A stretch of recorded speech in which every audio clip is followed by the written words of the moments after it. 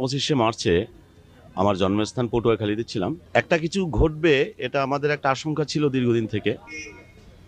তো 25শে রাত্রি যে হঠাৎ করে এমনিভাবে একটি ঘটনা ঘটে যাবে, ক্র্যাকডাউন হবে, এটা আমরা ভাবতে পারিনি।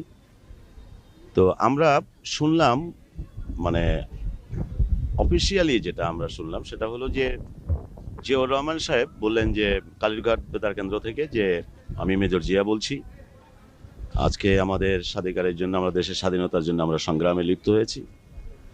কিন্তু এর আগে আমরা শুনেছি সেটা অন্য অন্য মারফতে মানুষের মুখে মুখে, কারণ ওখানে আমরা যে জায়গাটা ছিলাম পত্র পত্রিকা ওখানে পৌঁছতে অনেক সময় লাগতো আর কি।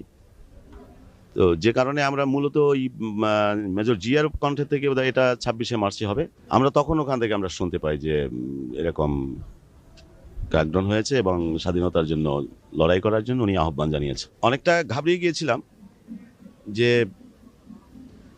কি হয় কি না হয়, আমরা এর বিরুদ্ধে, মানে পাক হানাদার বাহিনীর বিরুদ্ধে কতখানি সফল হতে পারবো। তবে একটা মনোবল আমাদের ছিল যে আমরা স্বাধীনতা পাবো এবং আনতে পারবো, এই মনোবলটা আমাদের ছিল।